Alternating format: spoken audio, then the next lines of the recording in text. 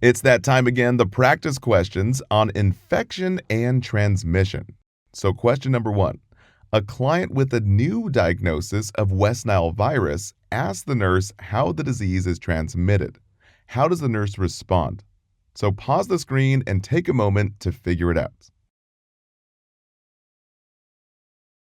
Okay, let's break this question down. So, always look at the key words in the question first, and then think of a few things you know about that. So, West Nile virus. This is transmitted via vector, insect or animal carrier host. So, an example again, contraction of West Nile virus via mosquito bite. So, the memory trick is the V for vector. Think of the V, West Nile virus. So, let's look at our options here. Option A. The West Nile virus is transmitted via direct contact with blood or bodily fluids. No, this is true of HIV and even herpes with that direct contact.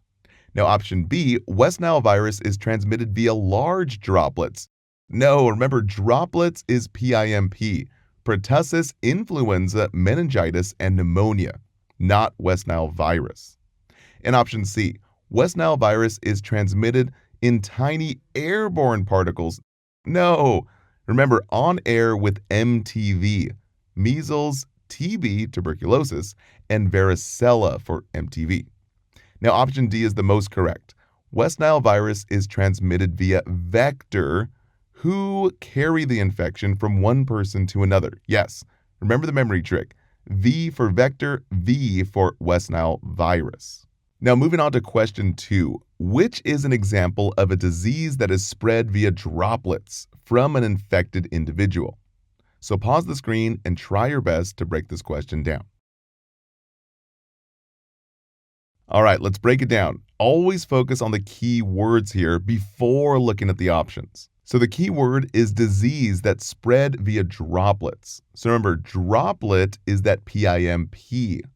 So P for pertussis, I for influenza, M for meningitis, and P for pneumonia. Now let's look at the options. Option A, influenza is the most correct. Remember, the I in PIMP is for influenza. It's spread via droplet. Now, option B is incorrect because hepatitis C is not spread via droplet. So remember, the C in hepatitis C is from contact with blood of the infected person, so it cannot be spread via droplet. Now, options C and D are also incorrect because varicella, even though it's very close, this one is actually spread via airborne. So remember, be on air with MTV.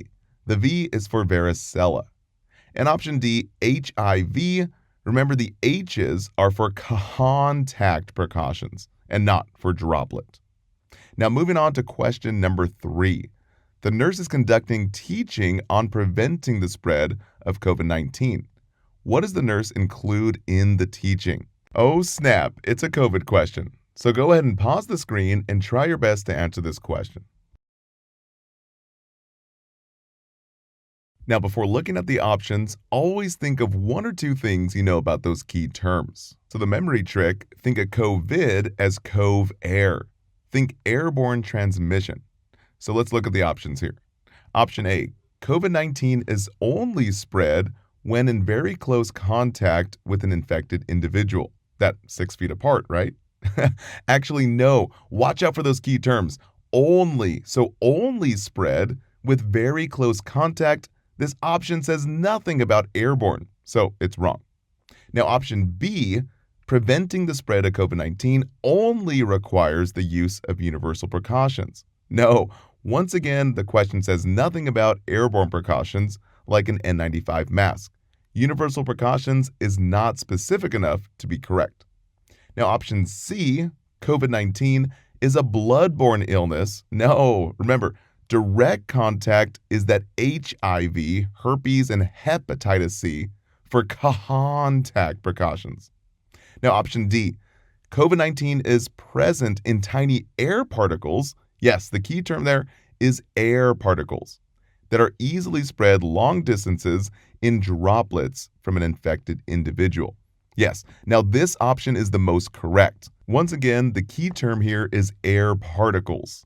Even though the question can be confusing by stating droplets, it's still spread via airborne route from tiny airborne particles. All right, that wraps it up. Thank you so much for watching. Don't forget to take your quiz and download the study guides. And also feel free to share the love, share with a classmate, and even your instructor. See you guys in the next videos.